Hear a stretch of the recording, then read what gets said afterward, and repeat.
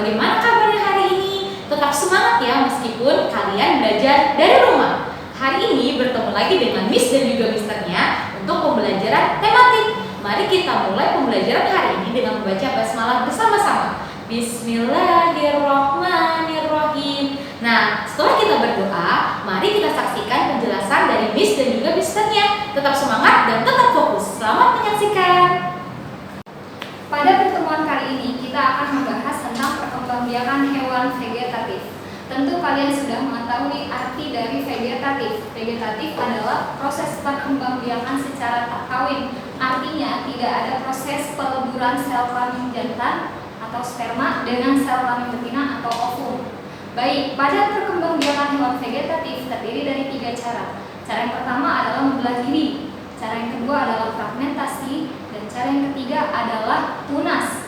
Perkembangbiakan hewan vegetatif dengan cara membelah diri hanya terjadi pada hewan yang memiliki satu sel atau disebut dengan hewan uniselular. Contohnya amuba, paramecium, dan equina. Kita bahas satu contoh di sana tentang amuba. Amuba terdiri dari 3 bagian pada tubuhnya. Yang pertama adalah inti sel, kedua cairan sel, dan yang ketiga adalah dinding sel.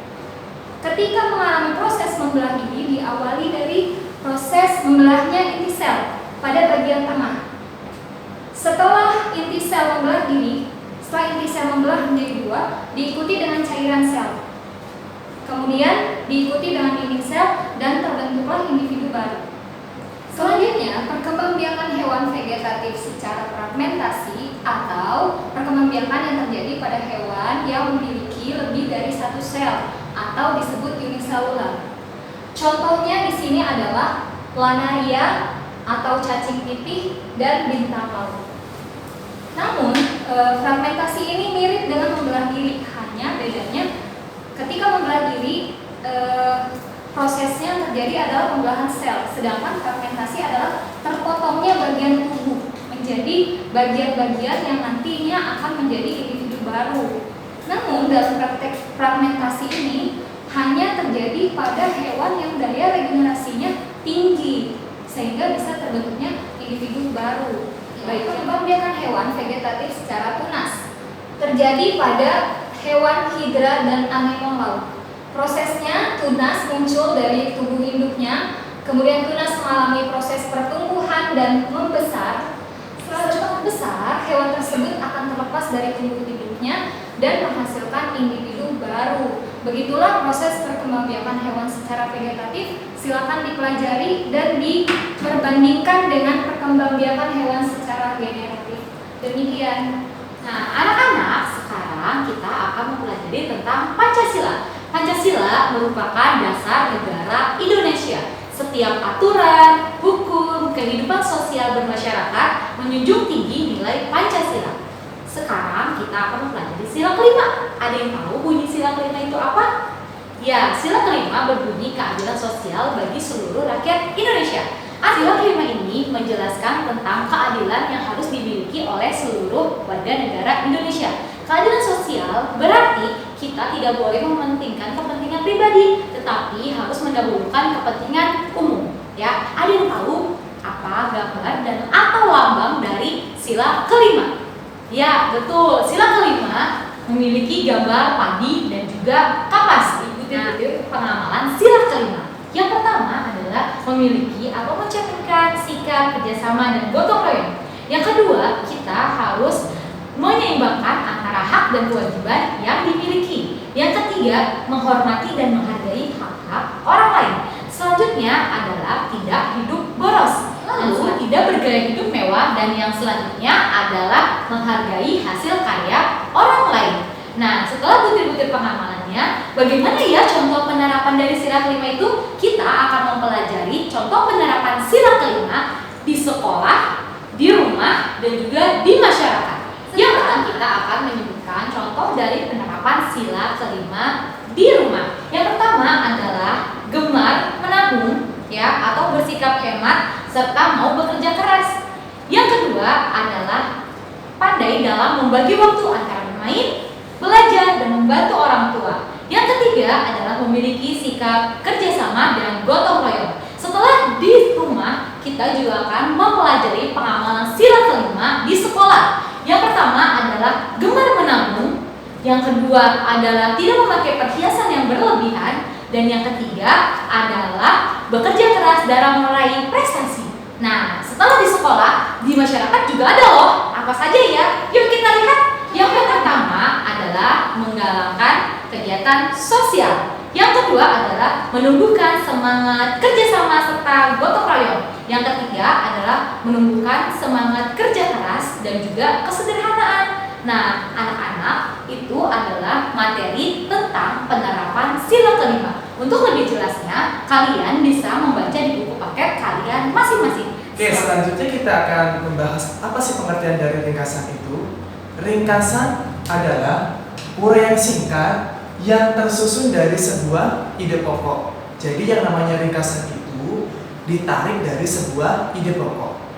Cerita itu terdiri atas beberapa paragraf. Masih ingat pengertian apa paragraf itu?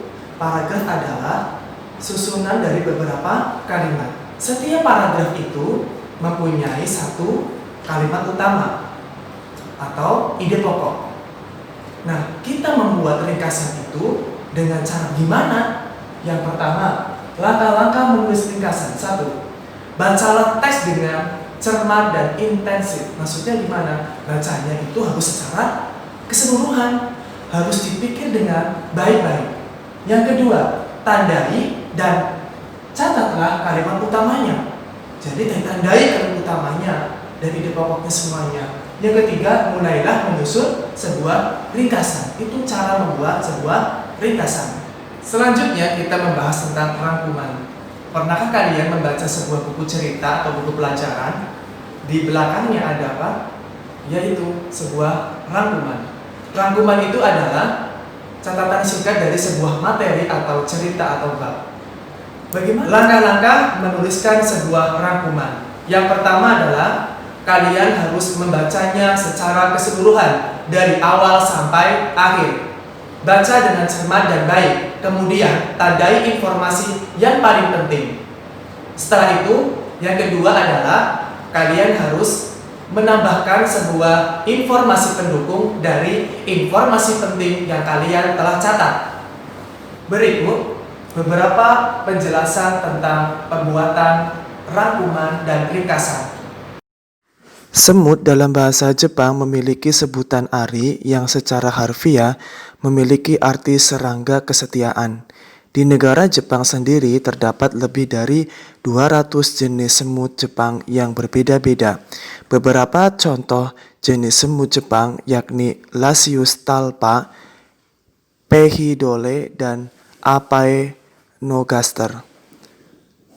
Adapun perbedaan semut Jepang dibandingkan semut spesies lainnya, yakni memiliki badan yang keras, bersayap tetapi tidak bisa terbang, suka reproduksi dan hidup berkelompok. Itulah beberapa ciri yang membedakan semut Jepang dengan spesies semut lainnya. Ciri utama yang menonjol adalah dari sayapnya. Ringkasannya adalah yang paragraf pertama, semut sampai Apaenogasternya itu kalimat utamanya itu apa? Oh, tentang semut dalam bahasa Jepang, berarti sebutan semutnya. Yang paragraf keduanya, adapun perbedaan semut Jepang dibanding semut lainnya itu kalimat utamanya yang mana? Oh, kalimat utamanya adalah adapun perbedaan semut Jepang. Jadi kalian itu harus analisis dulu kalimat utamanya apa sama ide pokoknya. Jadi baru ketemu.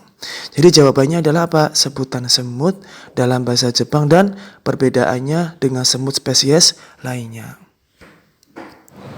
Anak-anak, bagaimana penjelasan dari Miss dan juga Mister? Apakah kalian sudah paham?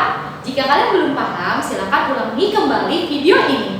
Nah, mari kita tutup pembelajaran hari ini dengan mengucap hamdalah bersama-sama. Alhamdulillahirabbil alamin. Sampai jumpa pada pertemuan selanjutnya. Terus ulangi pembelajaran yang sudah kalian dapatkan. Tetap semangat. Wassalamualaikum.